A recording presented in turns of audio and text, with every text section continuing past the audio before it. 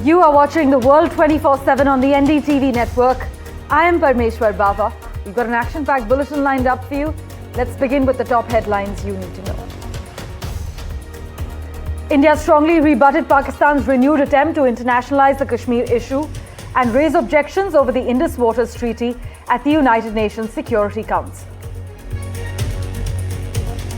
Ahead of Prime Minister Narendra Modi's visit to the UK, where he is expected to formally sign the free trade agreement with his counterpart Keir Starmer, the cabinet has approved the deal. According to the Henley Passport Index 2025, the Indian passport has made a long jump and climbed 8 places from 85th to 77th after dropping 5 spots last year. Singapore remains the strongest passport as per this index. US President Donald Trump suggested that he might visit China in the not-too-distant future following an invite from Xi Jinping as the superpowers gear up for fresh trade talks.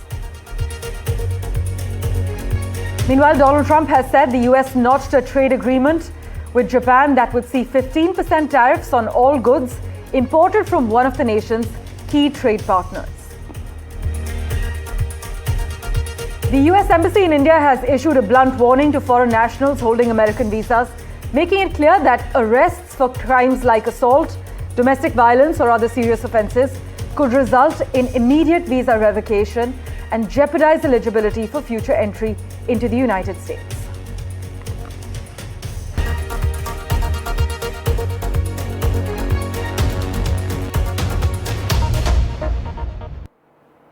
Our top focus, India strongly rebutted Pakistan's renewed attempt to internationalize the Kashmir issue and raise objections over the Indus Waters Treaty at the United Nations Security Council. India's permanent representative to the UN called out Pakistan's duplicity on issues of terrorism and international peace. He slammed Pakistan as a serial borrower from the IMF, adding that Pakistan is steeped in fanaticism and terrorism. Listen in to the full remarks. Recently, consequent to the gruesome terrorist attack in Pahalgam, Jammu and Kashmir on 22nd April 2025 that led to the killing of 26 innocent tourists, and based on the Council statement of 25th April where members of the Security Council underlined the need to hold perpetrators, organizers, financiers and sponsors of this reprehensible act of terrorism accountable and bring them to justice, India launched Operation Sindoor, targeting terrorist camps in Pakistan and Pakistan-occupied Jammu and Kashmir, which was focused, measured and non-escalatory in nature. On achieving its primary objectives, a cessation of military activities was directly concluded at the request of Pakistan. Mr. President, I am constrained also to respond to the remarks made by the representative of Pakistan. The Indian subcontinent offers a stark contrast in terms of progress, prosperity and development models.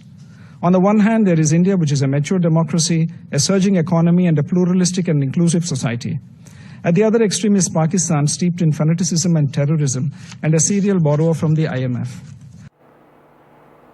Meanwhile, the cabinet has approved the free trade agreement between India and the United Kingdom, which will be signed in London on the 24th of July as per our sources. But that pact, officially called as the Comprehensive Economic and Trade Agreement, will be signed during Prime Minister Modi's visit to London. Prime Minister Modi's 4-day visit to the United Kingdom and the Maldives begins today. Commerce and Industry Minister Piyush Goyal is accompanying the Prime Minister. And that trade pact actually proposes to remove taxes on the export of labour-intensive products such as leather, footwear and clothing, while also making imports of whiskey and cars from Britain cheaper in a bid to double trade between the two economies to $120 billion by the year 2030. Now, besides this expected signing of the free trade agreement with the UK, India will also raise the issue of Khalistani extremism and the return of fugitive economic offenders during Mr. Modi's 2-day official visit to the country. Here's what we can expect.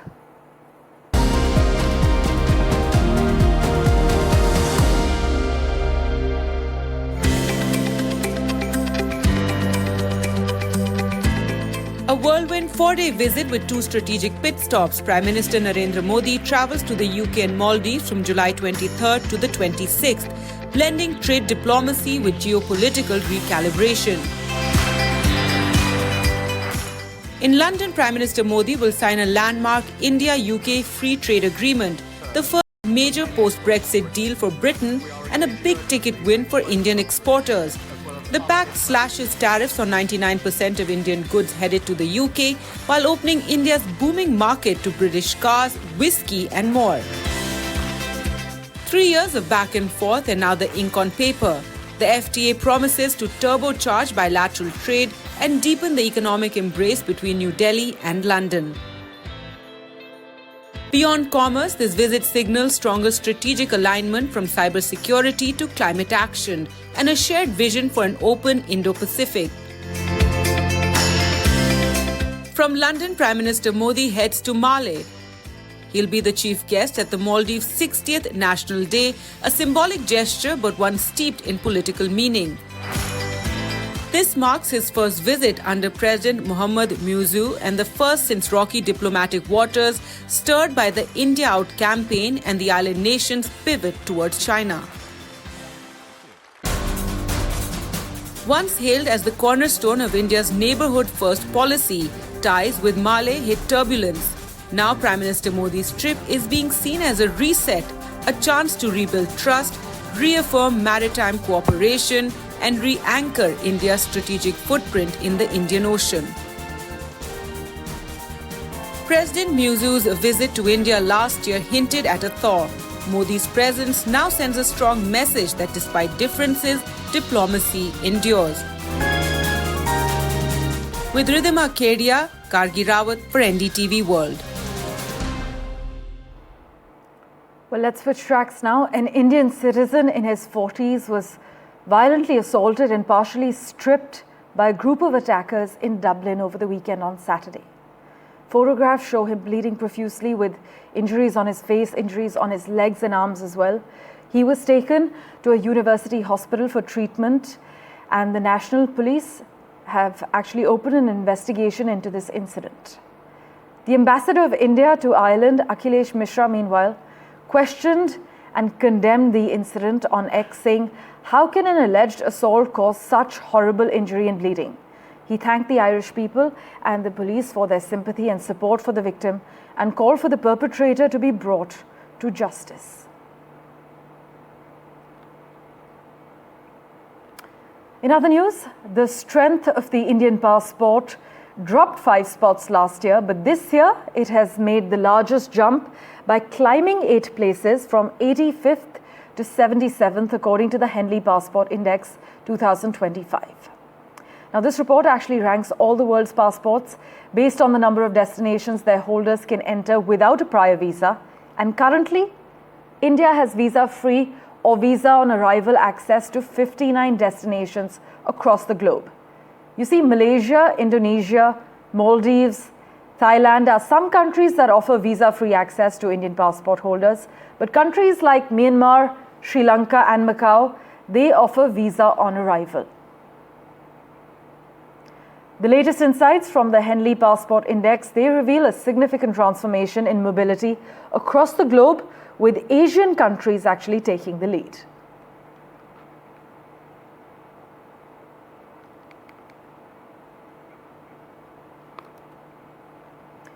Meanwhile, let's turn our attention to the neighborhood. Hundreds of protesters have rallied in Bangladesh to demand accountability after an Air Force fighter jet crashed into a Dhaka school, killing 31 people, including 25 students.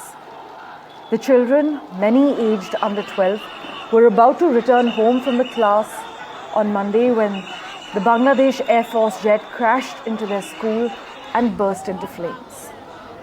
The military said the plane had suffered mechanical failure, but elsewhere in the capital, hundreds of protesting students, as you can see on the left side of your screens, some of them waving sticks, they actually broke through the main gate of the federal government secretariat, demanding the resignation of the education advisor. Listen in to what the special assistant to Bangladesh's interim leader, Muhammad Yunus, had to say. আমাদের এই হাসপাতালে যারা ভর্তি আছে তার মধ্যে বেশ কয়েকজন আইসিইউতে আছে, আইসিইউতে থাকা রোগীদের মধ্যে কয়েকজন ভেন্টিলেটর আছে, কয়েকজন ভেন্টিলেটর নেই। এমনকি এইচডিইউতে যারা আছেন তাদের মধ্যে বেশ কয়েকজনের অবস্থা আশঙ্কাজনক। অতএব আমরা খুবই খারাপ সময়ের মধ্য দিয়ে যাচ্ছে পুরো দেশ, আপনারা সবাই দোয়া করবেন। Let's now turn our attention to the United States, where President Donald Trump has said the US has agreed to a massive trade deal with Japan, one of the country's largest trading partners. The plan would result in Japan investing about $550 billion into the US and paying a 15% reciprocal tariff. Trump has expressed this in a post on social media, where he added that Japan would open its economy to US goods, including cars, trucks, rice, and certain agricultural products. Japan's chief trade negotiator, meanwhile, said in a Facebook post that he had visited the White House with the hashtag mission accomplished.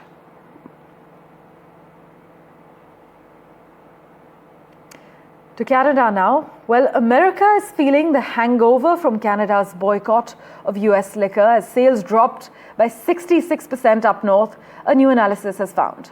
In March, the Liquor Control Board of Ontario announced it would no longer carry American booze in response to President Donald Trump's tariffs on the country.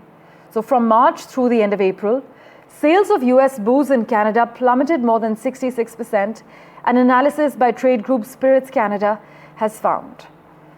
Reports state that figure was even higher in Ontario, the country's largest liquor market. Their sales of US alcohol dropped 80% in the same period, according to this analysis. But to break down the details for us, we have Maha Siddiqui joining us live from Vancouver at the moment. Maha, take us through what's going on. Yes, the drastic dip that we have seen in the pickup of American alcohol in Canada is because of the ongoing trade war between the two countries, the United States and Canada. And despite the fact now that Canada and US, in specific, President Donald Trump and Prime Minister Mark Carney are looking at negotiating a deal, the feeling against America, against the Trump administration to be specific, continues to fuel this kind of a boycott American products. It's not just limited to alcohol, though the numbers there are drastic. You will see signages of Buy Canada or Buy Canadian products all across Canadian stores for different kinds of products. And people are actually making an effort to now look at Canadian products and shun American products. And this is the outcome of the punishing tariffs of President Trump against Canada. We are already seeing 50% tariffs on aluminum and steel, 25% tariffs on auto parts, and this has had a pretty crippling effect on the Canadian economy. And now there is also a threat of 35% tariff on all products on the 1st of August, unless they are able to come to a conclusion on the deal. As far as alcohol is concerned, you already pointed out rightly, between March and April, 66% dip of American alcohol sale. This is because many provinces, specifically Ontario was the first one to have said that American alcohol will go off the shelves. And then Saskatchewan and Alberta had also followed suit. However, in the case of the other two provinces, we did see them bring back some of the American alcoholic products. But overall, there was also a 13% dip in alcohol consumption, and that has impacted even the Canadian manufacturers. On the other side, Jack Daniels, manufacturer in America, said that this kind of impact that is being seen on the spirits industry is actually something they believe that is even worse than Trump's tariffs, though the Canadians would not probably agree with that. Maha, as always, thank you so much for breaking down the details for us. Meanwhile, US President Donald Trump has just accused former US President Obama of leading a coup against him in 2016. While hosting the Philippine president at the White House, President Trump was asked a question about Jeffrey Epstein, which he brushed aside, no surprises there. Instead, he accused Obama of trying to interfere in the 2016 election. Trump called the Epstein investigation a witch hunt and said the real issue was Obama's alleged role in a plot to undermine his victory against Hillary Clinton. In fact, the witch hunt you should be talking about is they caught President Obama absolutely cold, this is what Trump said, before making a series of claims. Just listen in. You know, when we caught Hillary Clinton, I said, you know what? Let's not go too far here. It's the ex-wife of a president, and I thought it was sort of terrible. And I let her off the hook, and I'm very happy I did. But it's time to start, after what they did to me, and whether it's right or wrong, it's time to go after people. Caught President Obama absolutely cold. What they did to this country in 2016, starting in 2016, but going up to 2020 in the election. They tried to rig the election, and they got caught. And there should be very severe consequences for that. Obama's been caught directly. So people say, oh, a group. It's not a group. It's Obama. His orders are on the paper. The papers are signed. The papers came right out of their office. They sent everything to be highly classified. Well, the highly classified's been released. And what they did in 2016 and in 2020 is very criminal. It's criminal at the highest level. Meanwhile, the US president suggested that he might visit China in the not too distant future. All that and more coming up in a moment after this very short break. Do stay tuned.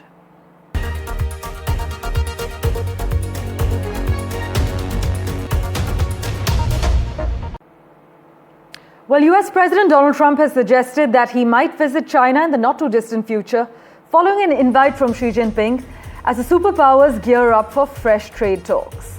Washington has softened its approach to China in recent weeks. The US Treasury Secretary said negotiations in Stockholm next week will likely be aimed at extending a US-China trade truce beyond the 12th of August.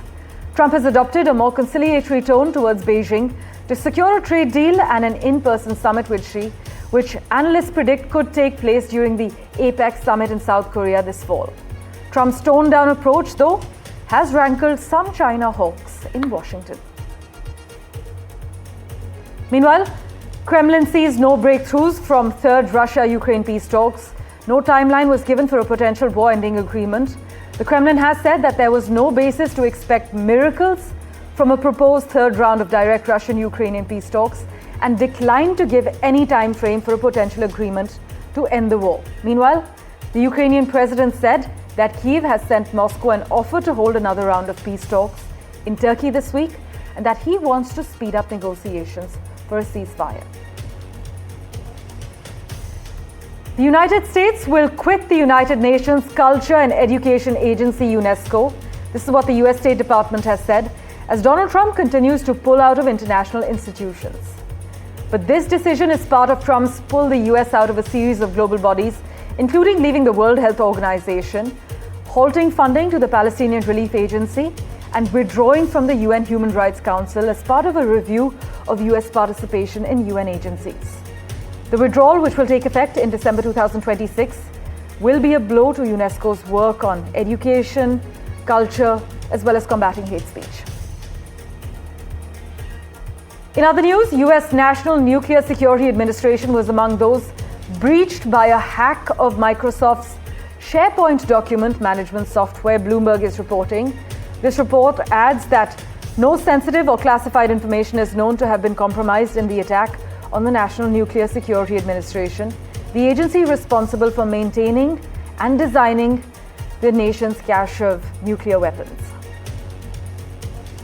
And Coca-Cola has said it plans to launch a beverage for the US market with cane sugar instead of high fructose corn syrup.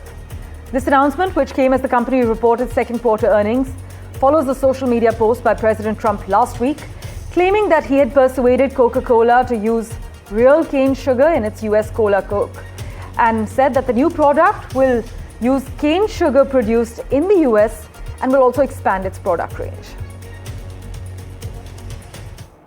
Switching tracks, on the eve of the fourth test against England in Manchester, Indian skipper Shubman Gill confirmed that pacer Akashdeep has been ruled out of the match due to injury. This further compounds India's injury issues as the pacer joins Arshdeep and Nitish Kumar Reddy in the injury list. It is all but confirmed that Anshul Kamboj will make his debut in Manchester. However, what's certain is that it will be a confrontational fourth test between India and England.